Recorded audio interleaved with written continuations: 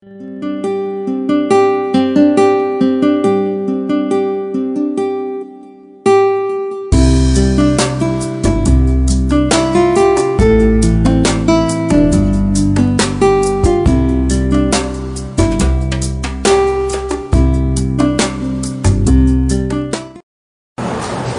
now that we are in the book of Revelation, na dito ay inilalahat ang Panginoon ng mga bagay-bagay na kinakailangan mangyari sa madaling panahon. The things that must surely come to pass.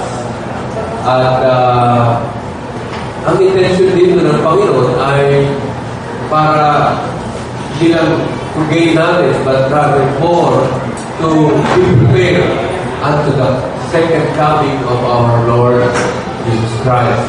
At tayo nabubuhay sa malapit na we're living at the edge of the church age.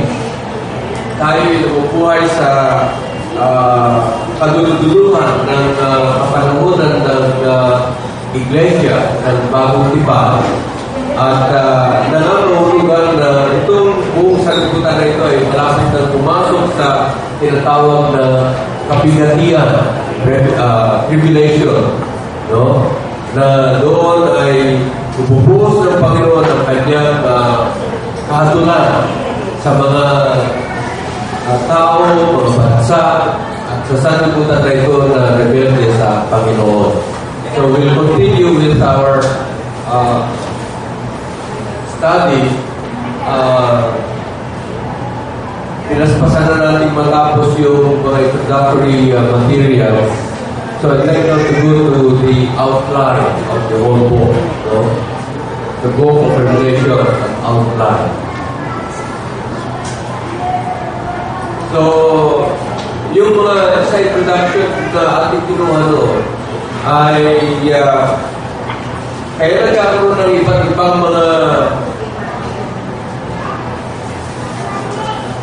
kapaliwanagan, no?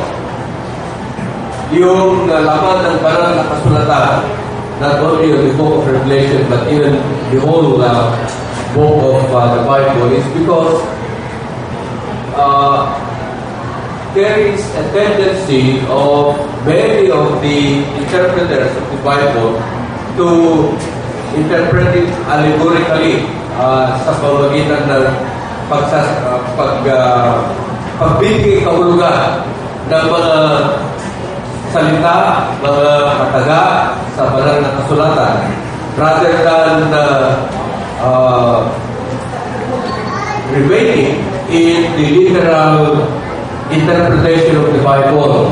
At ito yung kinakailangan maging consistent tayo dito, because if we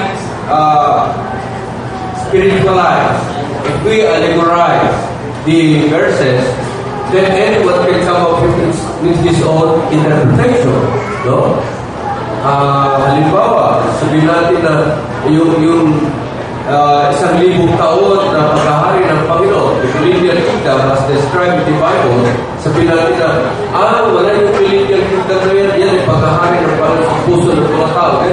Anyone can come up with his own interpretation, at wala nang consistency in the interpretation of the Bible. And what would happen is that the whole Bible, especially the book of Revelation, na maraming symbols, it will become a confusion.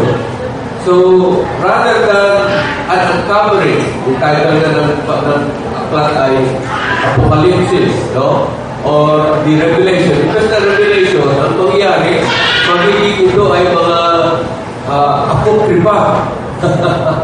So, rather than an Apocalypse, it is it's an apocryphal explanation of the book. Hindi yan ang intention ng Panginoon. Otherwise, hindi sana sinabi doon na the revelation of Jesus Christ. It's God gave unto Him, which you have been servants, things which must shortly come to pass. Okay, so we stick with the literal interpretation, unless, of course, the verse will indicate a figurative language. For example, yung lumabas na beast sa sea, lumabas na beast sa air. Yan pa ay talagang halimaw ba yan? No? But all of these are representing the appearance of the Antichrist. So, when the verse will give us a literal interpretation, let's stick to the literal interpretation unless the verse indicates otherwise. So, do not spiritualize. Do not assign meaning to the words or phrases. Dahil diyan tayo mawawala. So, kanya-kanya lang ang interpretation na yan. And then the whole book will become a compilation of personal interpretation. Second slide.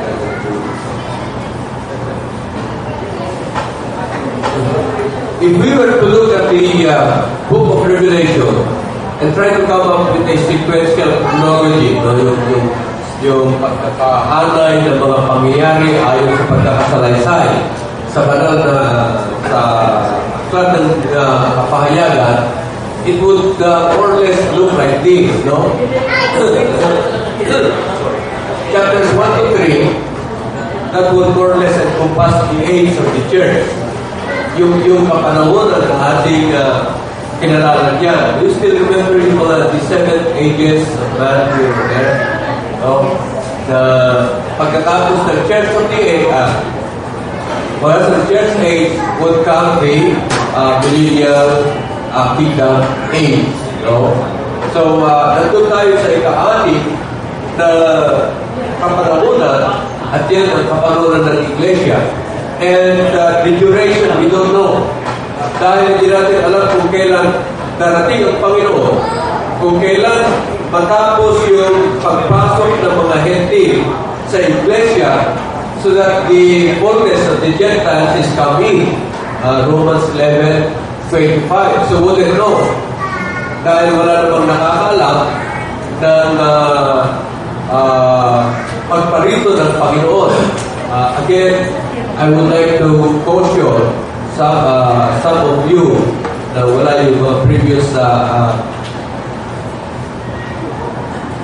sessions natin na pero kasi there's a consensus of many of the supposedly evangelicals, mga Protestant believers na Panginoong Jesus ay hindi niya alam kung kailan siya muli babalik. Ay pagkaganyan ng usapan, wala na yung 1 Corinthians chapter 1, verse 24. Kasi Christ is the wisdom of God and the power of God. Wala na yung Colossians chapter 2, verse 3. Na sinasabi na, in Christ is hid all the treasures of wisdom and knowledge. So wala na. Parang binura mo na yung mga verses na gano'n. No? Yung sinasabi nga sa Isaiah chapter 46 na ang Panginoon sa Kristo, He declares the end from the beginning. So He knows everything. He's the Alpha and the Omega. No? He, from the beginning, He declares the things that are not yet. So, pagkaganyan, sinira mo na yung banal na kasulatan. And that would make Him less than a God. Dahil kung merong isang bagay na hindi alam ng Panginoon sa Kristo, that makes Him no God at all. Dahil ang concept ng Bible ay yung Diyos ay hindi lamang omnipresent, hindi lamang omnipotent, but He is omniscient. No? Alam mo ng lahat ng mga bagay. So, sinira mo na. So, paano natin, how do we explain that? So, yung ganun na sinasabi na actually, sa Mark lang naman nagsabi na, no? Yung sinasabi na, no man knoweth the day or the hour of the coming of the Son of Man, no? No, not the angels, no, not any man, but my Father only who is in heaven. Pero doon sa Mark, meron kasi isa, not even the Son of Man. Yung knowing doon, hindi yun yung gnosis, no? Yung pagkapatid sa kaalaman, sa kaisipan. Kundi yung knowing doon ay eido, no? Dahil yun ang ibig sabihin na knowing because it's your experiential knowing. Do you know it because you have you're going to decide on it. No? Ang mag-decide ay Diyos Ama, pero pag sa gawa ay ang Panginoon sa Kristo. Sa mga twins, ang Diyos Ama ay alam niya dahil siya ang nagtatakda. Pero ang Panginoon sa Kristo, alam din niya kung kailan siya babalik dahil siya ang pagsasagawa ito. So, that should settle the matter, no? So, huwag nating sabihin na hindi alam ng Panginoon sa Kristo kung kailan siya darating. Alam niya, no? So, pagamat na itakda ng Diyos Ama, pagamat na alam ng Panginoon sa Kristo kung kailan siya darating, pero walang nakakalam sa atin kung kailan siya darating. So, we don't know when the church age will end. Kaya yung duration na yun, yung church age, unknown, no? Unknown. When will it end? Because the ending of the church age would be when the church will be raptured, no? Agawin ng Panginoon. 1 Thessalonians chapter 4, 16 to 18. 1 Corinthians chapter 15, 51 to 52. Yung rapture yun. And after that will start yung judgment. Yan yung tribulation period. That is covered by chapters 4 and partly 19. Chapters 19, period of judgment. How long yung judgment yan? Yan yung tribulation period. The 7 years tribulation period, which is known as the last week or the 70th week na sinasabi ni Prophet Daniel. Okay. And then, in chapter 20, that will be the start of the kingdom age. Dahil pagkatapos ng tribulation period, yung katapusan ng tribulation period, ang Panginoon sa Kristo ay babalik dito sa lupa, kasama niya ang mga hirang saints. Una, ang Panginoon sa Kristo yung sa rapture. He will descend in the clouds, but He will not descend here on earth. And doon niya rapture yung mga saints, dead and the living. And they will meet the Lord in the air. Hindi bababa ang Panginoon. After 7 years, ang Panginoon sa Kristo ay darating, no? Dito sa lupa. Para that will be the end of the judgment period when the Lord Jesus Christ will vanquish the Antichrist, the false prophet, and cast them into the lake of fire and brimstone. Yung si Satanas, ikukulit doon itasaling ka lang doon sa bottomless pit.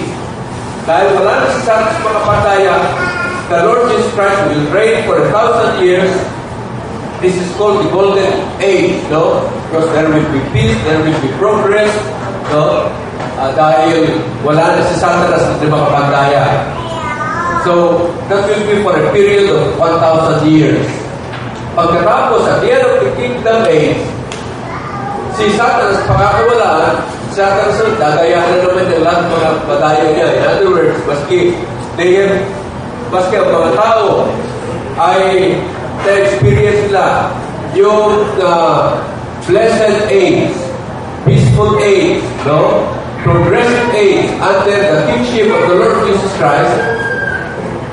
Kapag ang tao ay talagang nasa puso pa rin niya yung kasalanan, madadaya pa rin si Satanas, no? Ibig sabihin, maski pinalaki mo ang tao na lahat ng pangangailangan niya, no? Ay nailulunod sa kanya, no? Halimbawa, bata, pinalaki mo sa forest farm, no? Lahat ng mga masarap pinakain mo sa kanya, lahat ng mga pag-aaral binigay mo sa kanya. Hindi mo pinakita ng mga masasama, no? Hindi mo pinatira sa labas ng forest farm para makakita ng mga masurukot, nanakaw, mandaraya. Doon lang siya. Very ideal place. Pero habang nasa puso niya yung kasalanan, madadaya pa rin niya ni Satanas. That's why at the end of the kingdom age, do they have experienced the blessed life from the Lord Jesus Christ for 1,000 years, yet because of that sin, madali pa rin madadaya pa rin ni Satanas. Okay.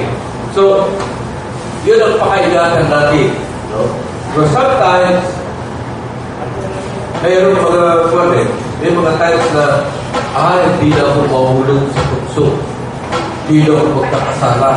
Matibay na ang aking pananampalataya. Sabi na, be careful when you stand, lest you fall. No?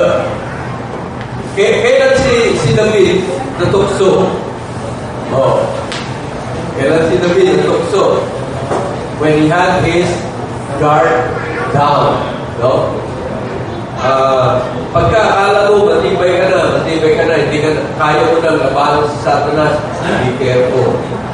Diyan ka pababagsakin ni Satanas. So yan yung mangyayari sa kingdom age, no? At the end, pakakawalan si Satanas para yung mga madaya ni Satanas ay dayain niya at makita natin na yung tao kapag hindi na nagpabago ng puso kay Jesus, kay Satanas pa rin yan. That's why we really need the second verse, no? Hindi natin mababago ang ating puso. So only the Lord Jesus Christ who can renew us. That's why sabi, if anyone is in Christ, he is a new creation. Okay, so yan ang mangyayari dito sa kingdom age. But the Lord Jesus Christ will again vanquish Satan here. No? With the fire from heaven, Satan together with his cohorts will fail, and they will be sent to the lake of fire and brimstone. And then gagawin ng Panginoon, because this old earth and old heavens shouldn't last because of the sin that is in this world. Susunugin ng Panginoon ang old earth and old heavens, and papantay na ng new heavens and new earth that is already from here on unto eternity. Okay, so matapos dito yung old earth, old heavens, papagkat ng bagong langit, bagong lupa. At yung mga kapasok lamang dito ay yung mga nakatalayo kanilang mga pangalan doon sa aklat ng buhay ng Cordero. So, that's more or less a sequential chronology of what we will take up in the book of Revelation. Pero magandang siguro, another way of looking at the book of Revelation is to have an outline of what was in Revelation chapter 1 verse 19. Sinabi ng Panginoon kay Jan, no? Write the things which thou hast seen, one, and the things which are, and the things which shall be hereafter. No? The things that thou hast seen, sabi ng Panginoon kay Jan, no? Ang nakita niya sa chapter 1 ay sinulat niya.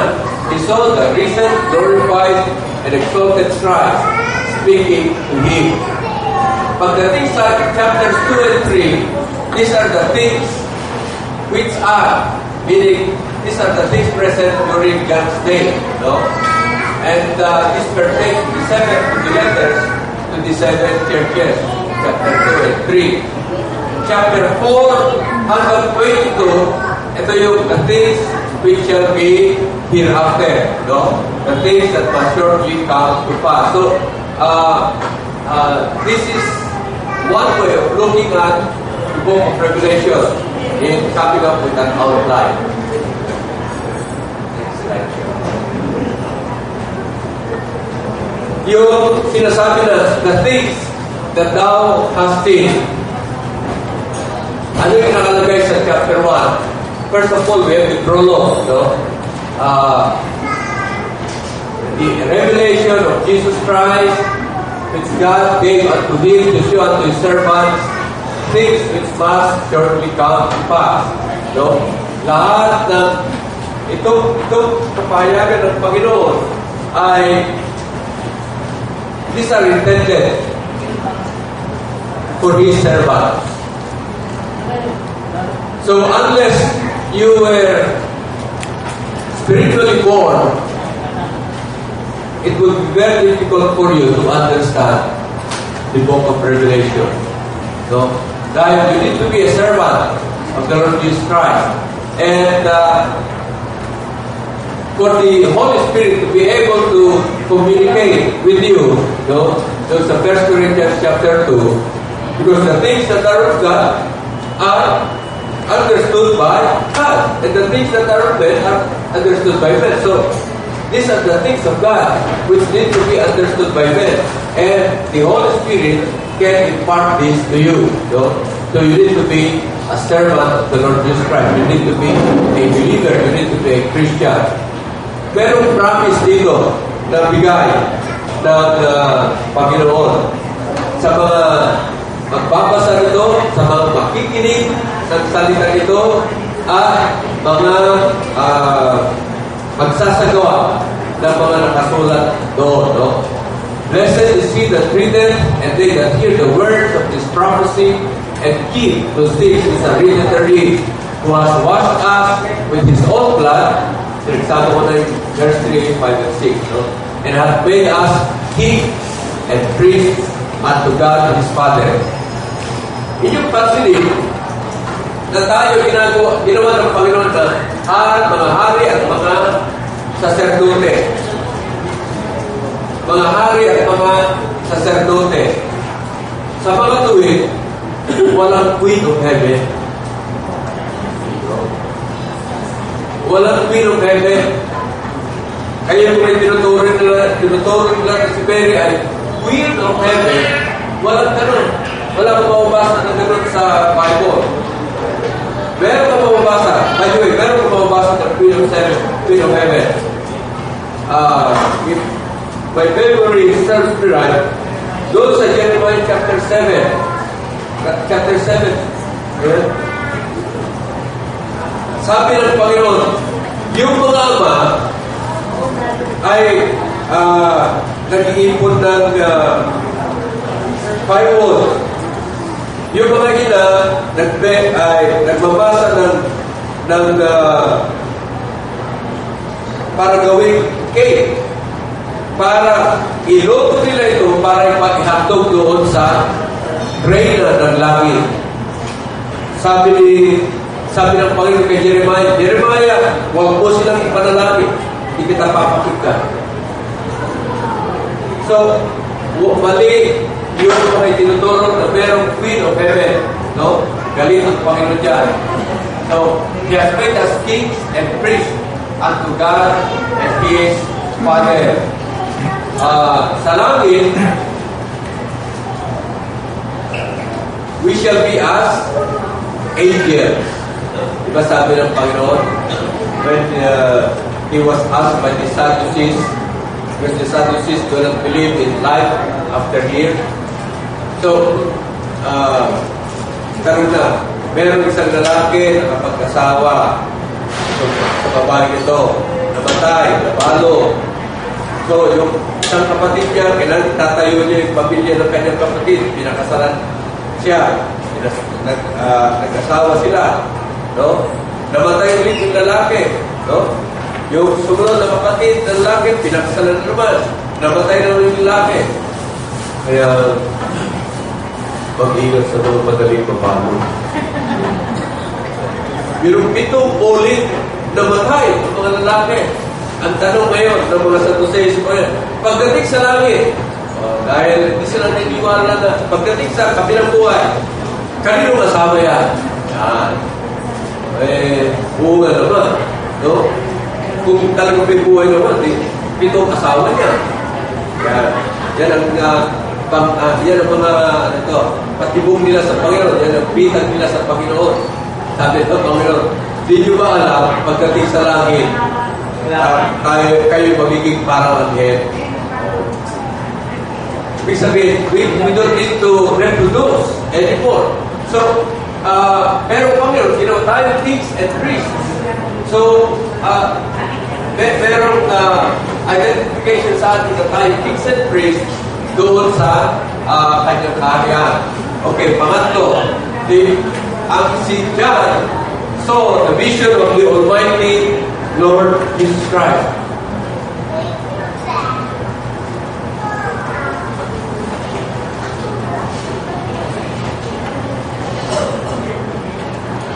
Doon sa 1:14-16. Tingnan niyo and compare this with the depiction being made by the Catholics and even some Protestants. His head and his hairs were white like wool, as white as snow.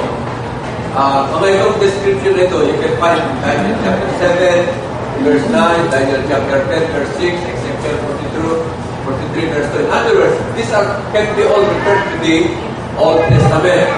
Kaya sinasabi natin noong nakaraan, yung Bible interprets itself. No? Okay. His eyes were as a flame of fire. His feet likened to fine brass. His voice sounded as many waters. In his right hand were 7 stars. Later on, we will come to this 7 stars. These are the 7 angels of the 7 churches. The 7 candlesticks, yun ang mga 7 churches. So later on, we'll come to that. So we will take to look at that. Out of his mouth went a sharp two-edged sword. Sa Hebrews chapter 4, verse 12, yung salita ng Panginoon, it is quick, buhay-buhay. No? It is living. No? It is sharper than a double-edged sword. No? Matalim na matalim. No? Kaya, yung salita ng Panginoon, doon sa Revelation chapter 19, 15 to 21, tapos to. Yung salita ng Panginoon na tumalo doon sa mga kampon ni Satanas, doon sa War of Armageddon, yung lumabas na kanyang salita doon, it's as a sword coming from his mouth. No? Kasi yung salita ng Panginoon, the Word of God is alive, powerful, and sharper than a two-edged sword. His countenance was as the sun shining in his strength, Daniel 10:6. So, ito lahat doon nandun sa Old Testament. No? So, I brought this up only para makita ninyo na itong nakita ni John ay yung nakita pa rin ng mga prophets doon sa Old Testament. By the way, if you read Hebrews chapter 11, lahat ng mga faithful doon, beginning from Abel, no? Kay Enoch, kay Noah, kay Abraham, kay Isaac, kay Jacob, kay Moses, no? Kay David, kay Solomon, and so on and so forth. Lahat ng mga nandun, no? Yung kanilang object of faith, sino yung kanilang object of faith doon sa Hebrews chapter 11? Pagtanong mo, pagpunta mo sa Hebrews chapter 12, alam mo kung sino yung author of their faith. No? Dahil pagdating mo sa Hebrews chapter 12, verse 2, sabi looking, lahat mo ito, they were looking unto Jesus, the author and finisher of their faith. So, kahit saan mo magkipan, makikita mo doon ang Panginoon sa Kristo. No? Hanggang sa bagong kipan, ang Panginoon sa Kristo. Dahil ang Panginoon sa Kristo siya yung Diyos na nagpapahaya patungkol sa Diyos Ama. Okay? Next slide. So, the things which John has seen, now we go to the things which are. Yung mga bagay noong kapanahonan ni Apostol Juan. So, ang mga kasama rito ay the letters to the 7 literal churches. No? Ano bang purpose ng letters na yun? To communicate with churches and meet their needs. Kung basahin mo yung different letters, from Ephesus hanggang doon sa Laodicea. Kung basahin mo lang doon, merong magpapakilala ng Panginoon kung sino siya, merong commendation, merong then there's a concern about the church, and then there's an exhortation. So, meron mga needs ng church na kinukomunicate doon. Pangalawa, dahil ang purpose ng letters, no, ay to reveal the different types of churches representing 7 different periods of church history. Dito medyo nagkakaroon ng mga pagkakaiba ng kaisipan ng mga Bible scholars. Dahil sabi lang, mahirap kong hanapin na yung isang type ng church ay that's a typical church for a certain age, no? Dahil sa isang age, isang period, maraming mga types ng church doon. There could be a church like Ephesus, there could be a church like Sardis, all in one period, church history. But there's also significance to having chapters 2 and 3 describe the different types of churches for the different periods of church history. Sino ba? Alin pa dito yung mga 7 churches? We have touched on this noon, and we'll be going into this again. No? Ephesus, ito yung church na iniwanan niya ang first love. So, you have to return to your first love.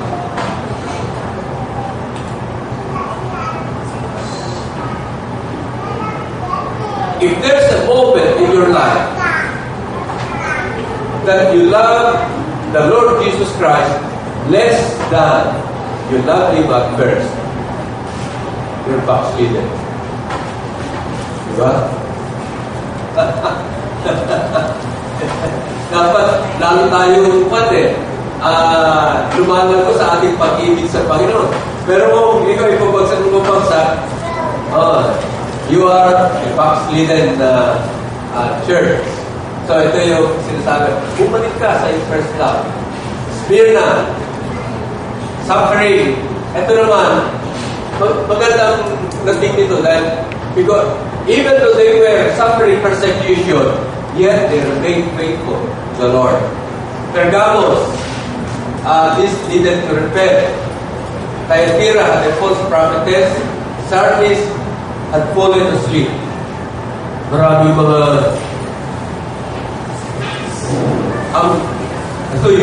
this does not pertain only to those who are sleeping during the service. ito yung mga wala na. Day in, day out, no? Parang 8 to 5, papasok sa opisina, pagdating ng alas 5, uwi na. Gigising na naman umaga, pagdating ng 8, papasok sa opisina, pagdating ng 5, uwi na. Parang nangyayari. Routine, no? Routine. Papasok sa church, pagkatapos ng 3 oras, lalabas na, bumamasyal na. Pagdating ng linggo, papasok na naman sa church, pagkatapos ng 3 oras, papunta naman sa pasyalan. It became routine na wala na, hindi na nila nagagawa yung dapat na tungkulin nila sa Panginoon, no? Lalong-lalo na yung pagpapalaganap ng mabuting balita ng ating Panginoon Kristo. Tulog. Pagka yung church, puro pasukan lang sa church, tapos kakanta, magpapatuto, tapos makikinig ng sermon, ubus na. Ganun lang. Ang buhay ng Christian, tulog na yun. Tulog. Every come has, pwede kang maging routine ang buhay mo na wala na, yun na lang. Philadelphia, this has endured patiently like that of Smyrna, no? Ito yung Laodicea na maraming nagsasabi na itong church ngayon sa ating kapanahonan, ito yung lukewarm church. No? Hindi Hindi mainit, hindi malamig. Ayan. Maligab, no? Hindi maligab na. Malahininga. Yan, malahininga. Hindi mo malaman kung malamig o hindi mo malaman kung mainit. Ito matindi. Dahil sabi ng Panginoon, isusuka kita. Matindi ito. No? This is as good as rejection. Kapag ikaw ay okay lang. Kristyano, okay lang. Parang gano'n. Kikinig lang ako ng sermon, okay lang. Attend ng fellowship, okay lang. Wala yung init ng first love. Wala yung init ng first love. Naging lukewarm. Yung mga mag-asawa, alam yan. Yung mga mag-asawa, init na init. No? Nung tumanda na, naging lukewarm na. Sabi ko na, whenever you love, whenever you love the Lord Jesus Christ less than you love Him at first, you're already that you become lukewarm.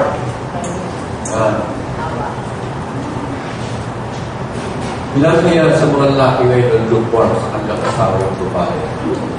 Ilan kaya mga asawa ng babae naman ang lukewarm sa kanilang asawa ng lalaki? Sabi ng Bible, remember the wife of your youth. Diba? Yung mga iba, remember the youth of your wife. Pagka tumanda, hindi ka kasama, nag-aanap na ng bata. O, yun. Hindi, baliktad yun, no? Remember the wife of your youth. Okay, next slide. Ayan. The things which are, ayan, papunta tayo sa the things which shall be. Ito, outline natin ito para masundan nyo yung mga, pag kayo pumasok na sa pag-aaral, we'll be following this kind of outline. The things which shall be, ito yung tribulation period. No? Ito yung 7 years tribulation period. So, to be exact, andito, no? Starting with verse 1 of chapter 4 hanggang 19:21 of the book of Revelation. Ito ay, this is encompassed by 3 succeeding end-time judgments. Yung 7 seals, 7 trumpets, 7 vials. Para hindi nyo makalimutan yung sequencing. Alin ang pinakauna sa tatlo? S, diba? S, D. Tapos B. So, meron kasi mga Bibles na imbes na Bibles na ginagamit, wow. So, ito ilagay ko rin dyan. Para hindi kayo ito. So, ating mapapansin na from here to here to here, patindi ng patindi ang devastation na mangyayari dito sa planetang ito. No? Here on planet Earth. And no one would like to be in this period. Matindi ang mga mangyayari dito. Yung discomfort na nararamdaman nyo dahil mainit, bago wala yan. No? It would be like a walk in the park. Next slide, brother. The 7 seals. No? Yung first seal, represented by the coming of the white horse, rider of the white horse, no? The 4 horsemen of the Apocalypse na sinasabi, no? Introduces the Antichrist. Pagka ma-rapture na yung church, at the end of the church age, dito, yung Antichrist lalabas na because he will have to make a peace pact with the nation Israel. Kaya magkakaroon ng 3.5 years. The first half, the 7 years, na very peaceful. Pero at the middle of that, tinatawag na Jacob's trouble, i-proclaim ng Antichrist na siya ay Diyos. Papasamba niya ang kanyang sarili.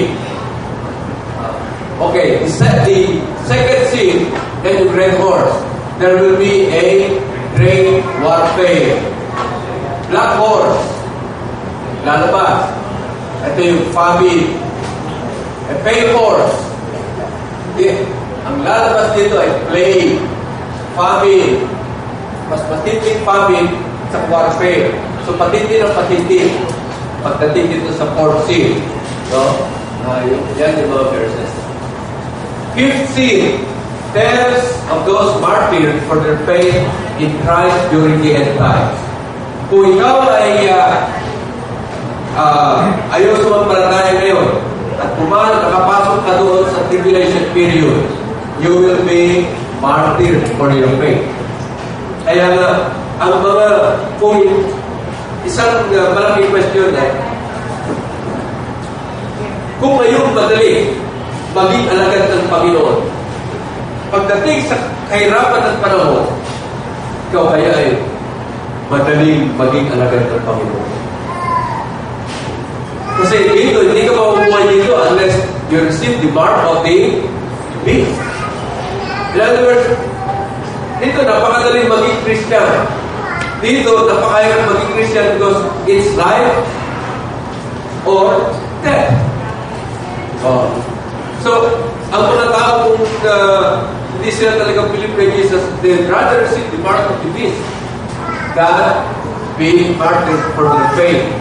So, huwag sasabihin na, saka lang, pag ako'y naiwanan sa rapture, nakapasok ako sa tribulation period, at napatuloy ko na tutunan ng sinasabi ni Jesus, doon ako maging Christian. Don't ever think that. Because in 2 Thessalonians chapter 2, sinasabi doon na the Lord will send them strong delusions that they would even believe a lie. That's the reason why the Antichrist can easily deceive the people during that period. No? Where are we? 16. Okay. Devastation due to earthquake. And there's a massive upheaval and terrible devastation with unusual astrological phenomena. So meron tayong makita na mangyayari sa kalawakan, no? Na magkakaroon ng earthquake. Di nyo ba alam na yung buwan lang, balik na buwan ay nababago niya ang mga tides natin dito. In other words, yung mga heavenly bodies can affect what is happening here on earth, no? Meron pa akong narinig doon na meron tayo na nag-align yung different planets. Kaya sabi na, yan yung panahon na ma-disrupt ang mga plates on planet Earth. Magkakaroon ng earthquake. Yan mo sinasabi ng mga tao. No? But this shows that the things that will happen here on Earth are due to the strange astronomical phenomena that will happen during that time. Yung seventh seal, this pertains or this introduces the seven trumpets, yung second set of judgment. Can you get the next slide, Brother? Seven trumpets. By-post ko na lang ito doon sa website para if you want to refer, pwede yung pick-upin na lang doon kaysa isulat yun dahil mabilis tayo na magpag. I don't think we'll be able to write all of this. By-post ko na lang doon sa website natin. Okay, the seven trumpets. First trumpet, ano mangyayari yan? There will be hail and fire that will destroy 1/3 of the plant life of planet Earth. Kapag nangyari ito sa atin, pero on a small scale, no? Halimbawa sa States, madalas merong hail doon na talagang kasi laki ng mga tennis balls. Wawasakin yung kotse mo, wawasakin yung mga tanim mo doon. No? So, yung mangyayari yan, 1/3 floodlight will be destroyed. Second trumpet, 1/3 of the sea ocean life will be destroyed. Third trumpet, similar to this second, but affecting 1/3 of the fresh water sources. No? Pagkagayan, talaga magkakaroon ng kauhawan. No? Ano sabi? Yung composition ng ating katawan, ilang percent water? 75%. No? Kaya, pagka yung ating katawan ay nawala ng nagpan, magkaroon ng dehydration, no? Mamamatay ng mga tao. There would be lack of fresh water to drink. Fourth trumpet, 1/3 of the celestial destroyed. Fifth trumpet, this will be the first war. Unang aba, there would be a plague of demonic locusts that torments humanity. Second, there would be a demonic army that kills 1/3 of the humanity. Then the third war, the seventh trumpet, this would introduce the 7 bayas. Sino ba magkakagusto na mabuhay dito? Wala. 7 bayas in heaven. Okay. First bayal, malignant sores. Meron kayong ano yung skin disease? Galis. Whatever that is, malignant sores. Life in the sea destroyed. Second bayal. Dati, 1/3 lang ang nasira. Ngayon, the whole life in the sea will be destroyed. Third bayal, rivers, lahat na ng fresh water, sira na because they turn to blood. Fourth, scorching heat of the sun. Yung 35 degrees centigrade natin ngayon, wala yan. It's not even scorching. Di pa nakakasunog talaga balat yan. Pagdating dito, masusunog ng balat mo. Maaaring nawala na yung pang-filter natin na ozone for the UV, kaya masusunog na yung balat mo because of the UV, no? Great darkness and source are intensified dito, no? Source doon, lalong ma-intensify dito. Preparation for war. This would be preparation for the war of Armageddon. Bago dumating ang Panginoon sa Kristo doon sa Revelation chapter 19. Then 7 fire. There will be a devastating earthquake followed by giant hailstones resulting to worldwide destruction. So, sino may gusto na mabuhay ka? No? These are the things which must surely come to pass. Binigyan tayo, we're given enough warning, more than enough warning by the Lord Jesus Christ of the things that must surely come to pass.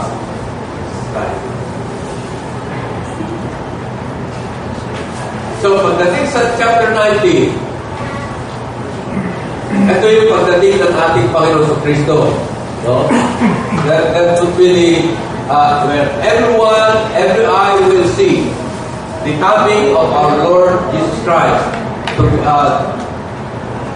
execute judgment upon the beast, false prophet, and the people that have rebelled against the Lord. Ito yung sinasabi ko na the Lord will vanquish them with that word coming from His mouth, that double-edged sword. Next slide, Brother Jude. Pagkatapos yung may tapon sa nagdagatan ako yung nasupra yung beast and the false prophet, kadikala si Satanas. That would be the millennial kingdom. And merong resurrection of the saints, no? Pero yung mga rebelde sa Panginoon hindi pa ma-resurrect. Final judgment will happen at the end of the millennial kingdom upon Satan as well as those who have rebelled against the Lord. Ito ang pangyayari sa Great White Throne Judgment. Do you still remember, meron tatlong judgment ng Panginoon? Ano yung una? Conditional. Pangalawa, irreversible. Then the final judgment, ito yun. The final judgment of Satan. Conditional, so mapalatay kay Jesus, maliligtas ka. Kasi mapalatay kay Jesus, mapapahamak ka. Irreversible. Ano yun? It is appointed that man to die once and then judgment. Pag ikaw namatay na, i-apply na lang sa iyo. Kung ano naging pasya mo, nung ikay buhay. And then the great white throne judgment, this will be when every one of us will come before the Lord Jesus Christ, and whosoever was not his name in the book of life will not be able to enter the new heavens and new earth. At yung mga hindi nakasulat ang kanilang mga pangalan sa book of life, they will be cast in the lake of fire and brimstone, which is the second death. Next slide, Brother Jude. Ay, linagay ko ito dahil pero binabanggit kasi ng first resurrection, second resurrection, no? Ang unang resurrection, first fruits. Sino yun? Ang Panginoon, Jesucristo. No? Pagkatapos nun, ito yung resurrection ng mga faithful. No? The faithful living and the faithful death. Righteous death in Christ and the living faithful. Ito yung rapture. No? Mare-resurrect yung mga patay dito. At tayo ay we will be changed in our glorified body to rapture tayo. Kasama natin ang Panginoon during the tribulation period. In other words, wala tayo dito sa ang church, wala dito sa judgment ng Panginoon. The judgment is upon the nation of Israel as well as the unbelieving Gentiles. Yan ang mga judge dito. Pero yung mga believers, both dead and the living, may liligtas sila. Because sabi ng Panginoon, tayo ay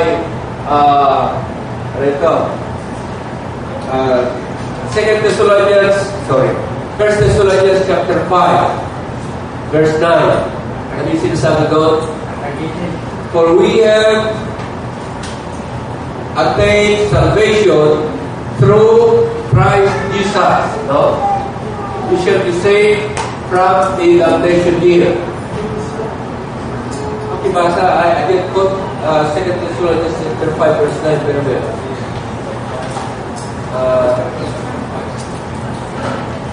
ano yung sinasabi doon? Chapter 5, verse 9.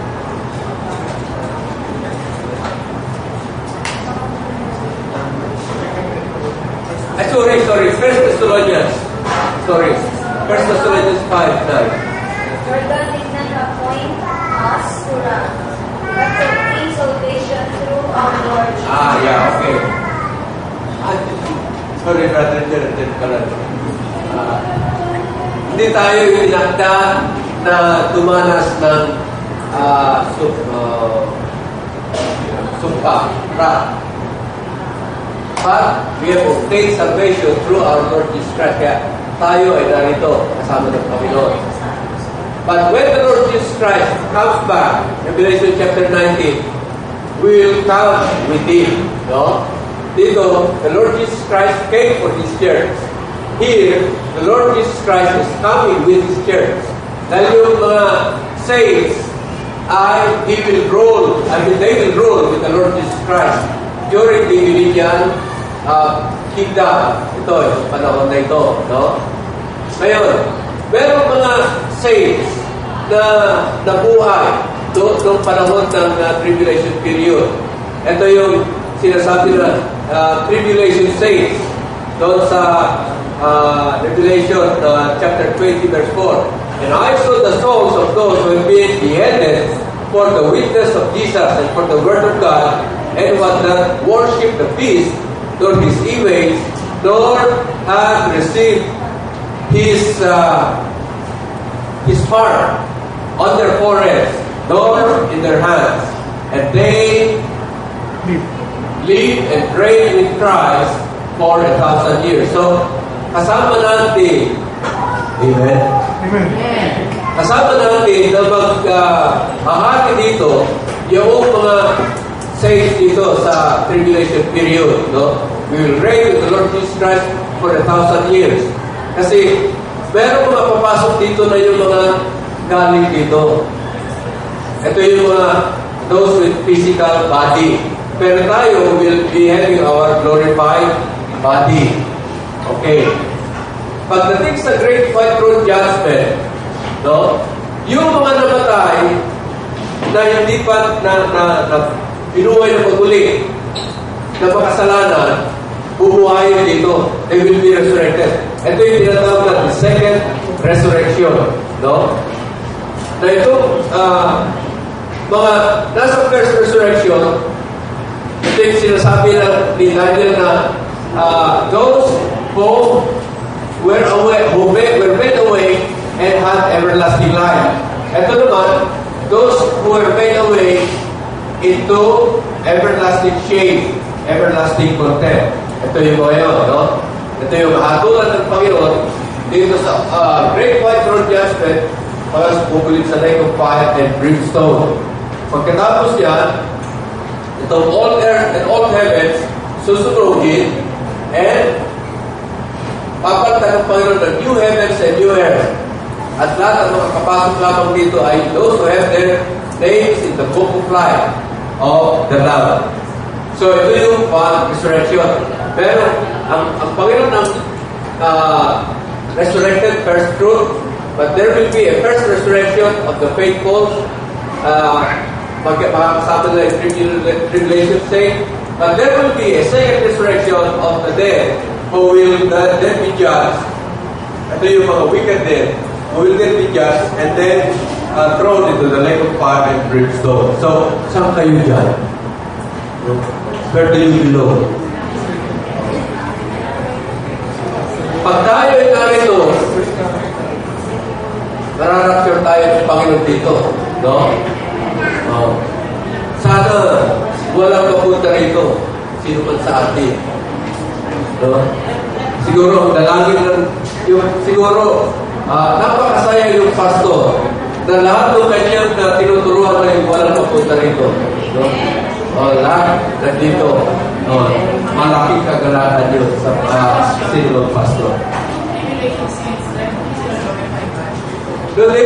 Pagay pinatay dito, they will be part of the cleanings of the first resurrection. Glorified body. They will be, kaya dito, no? They will be headed for the witness, no? They will be together with us. Ay, no. Kasi nandito sila naman eh.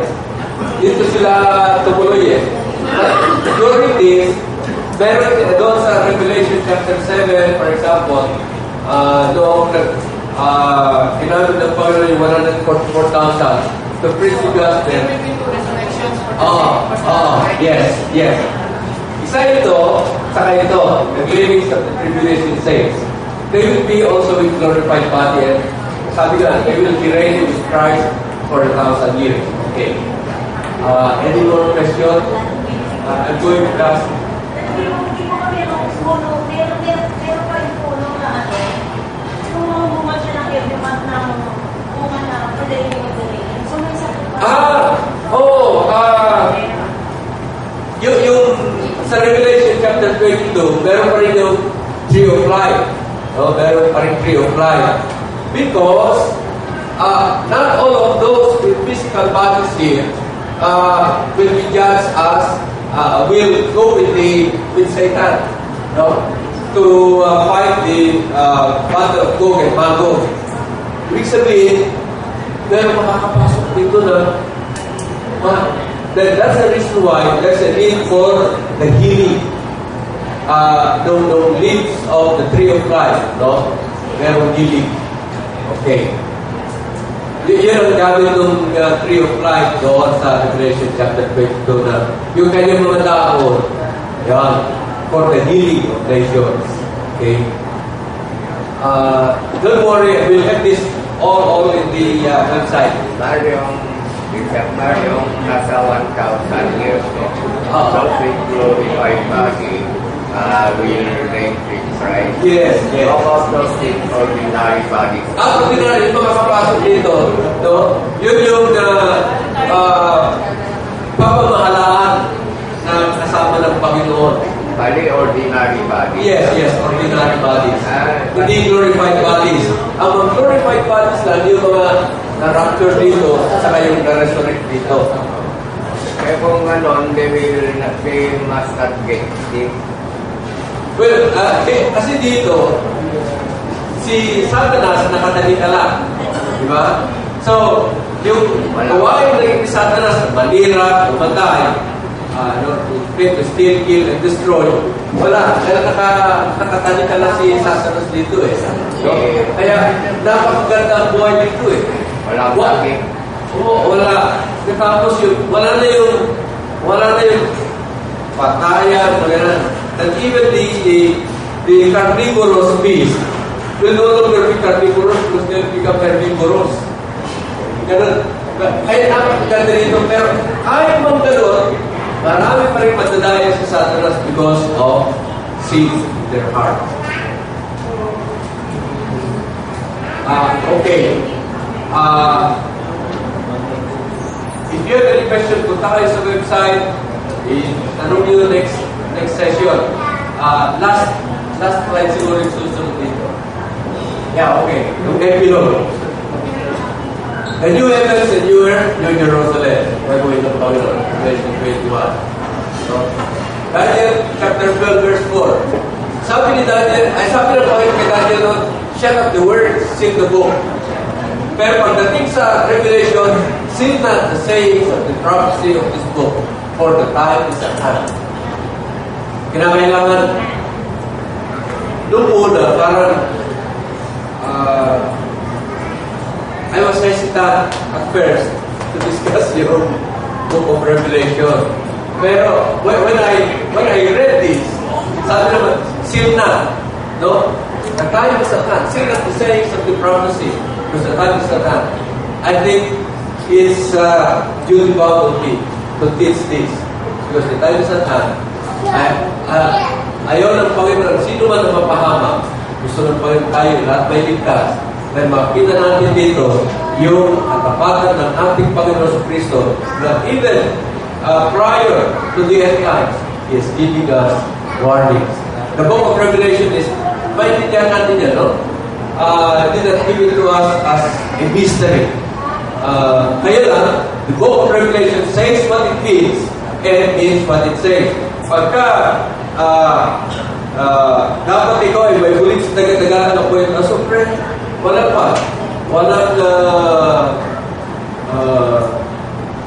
appeal. Walang appeal. No? Pagkaman sabi ng mga iba, the lawyers never lose their appeal. Pero, dito walang appeal sa Panginoon. Jesus says, behold, I come quickly.